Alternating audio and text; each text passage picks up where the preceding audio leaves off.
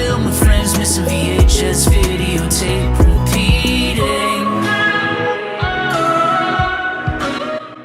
Welcome back, gals and guys. Got a fun haul video for you today. This is a box that I got maybe like even close to a year ago off eBay that I just now got around to actually opening up and taking everything out of. It's just been in storage, but it's a box set, a big box of a lot of Mystery Science Theater VHSs. So this is going to start off with, this is a Shorts Volume 3. I said there's quite a bit to get through, so I'm going to burn through these pretty fast. These were released from Rhino Home Video back in the late 90s, early 2000s. I need to go into the records and see how many of these are actually released on VHS. Make sure I have them all. So there's them right there. We've got Shorts Volume 3.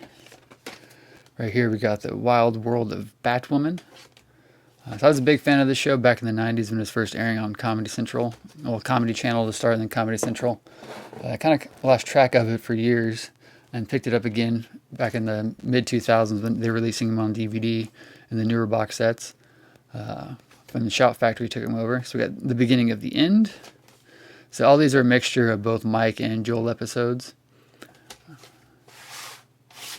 So I'm not sure the order of release on any of these. I used to have a record of it way back when. I just need to go back into my archive and look at it. We got the Hellcats. It's like a Joel episode. We got one of my personal favorites, Mitchell, with Joe Don Baker. It's a great movie. It's like episode 512. That was close to one of the last ones with Joel, I believe. That one there. We got The Brain That Wouldn't Die. So I guess episode 513.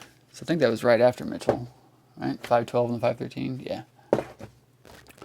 You have The Crawling Hand, which is one of the earliest seasons, show 106. So that would be season 1. And then we got the movie, Mystery Science Theater, the movie. I wish I would have seen this in theaters, but I don't think it really played around here.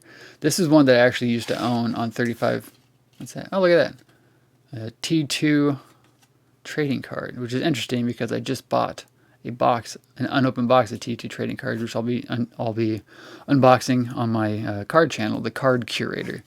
So that's a fun find. I used to own this one on 35mm. What sucks is I bought it right around the time that I stopped being a film projectionist, so I just kind of sat in my basement doing nothing for a while before I ended up reselling it. Great movie. I wish I would have got more play. So those are the individual ones. And I think I do have at least 2 more. I know I have the one called Poopy, which is like a bunch of outtakes, and maybe Shorts Volume 1 that I had originally somewhere in storage that were actually mine that I didn't get in this box set. And the next thing we have is still sticking with Mystery Science Theater, but these are actual 3-tape box sets. So this one has The Side Hackers, Bloodlust, and The Creeping Terror. It's a 1997 release. That's box set 1. This one has Shorts Volume 2, Catalina Caper, and Skydivers. Box number 2. And the last one we have is another box set, I Accuse My Parents, The Atomic Brain, and Red Zone Cuba. So I need to go back through and dig into all these and see if these are actually in the right boxes. So these I think were also individually released, and then they put them on these 3-tape sets. So I want to go back through and check the ID numbers and all that to make sure these are in the proper box sets.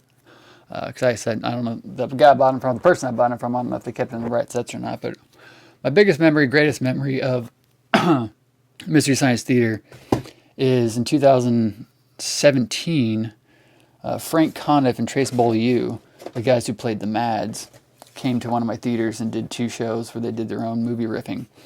We did one on a Friday night, one on a Saturday night. And Friday night I had a previous engagement after work, but then Saturday night, after the show, Trace Beaulieu, Frank Conniff, and my closest friend Jonathan, who's at Boaws, Boaws on Instagram, we all went out to eat at a place called the Flying Saucer in downtown Kansas City, not too far from the theater that I worked at. And that's probably one of my greatest memories ever, because my friend Jonathan and I, he's the one that kind of got me back into Mystery Science Theater back in the mid-2000s, or like 2008, 2009.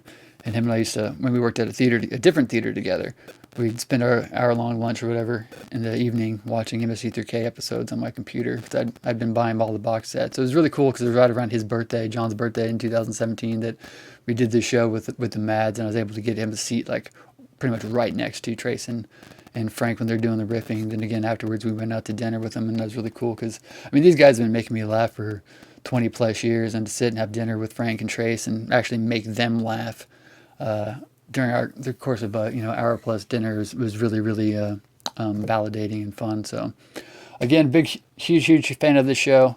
I need to go through and make sure I have all these VHSs. Like I said, I'm pretty sure I have Shorts Volume 1, and I'm pretty sure I have one called Poopy, which is all the outtakes and stuff like that. But those are in somewhere else in storage, and I'll get out at some point. But that's my Mystery Science Theater VHS box set haul.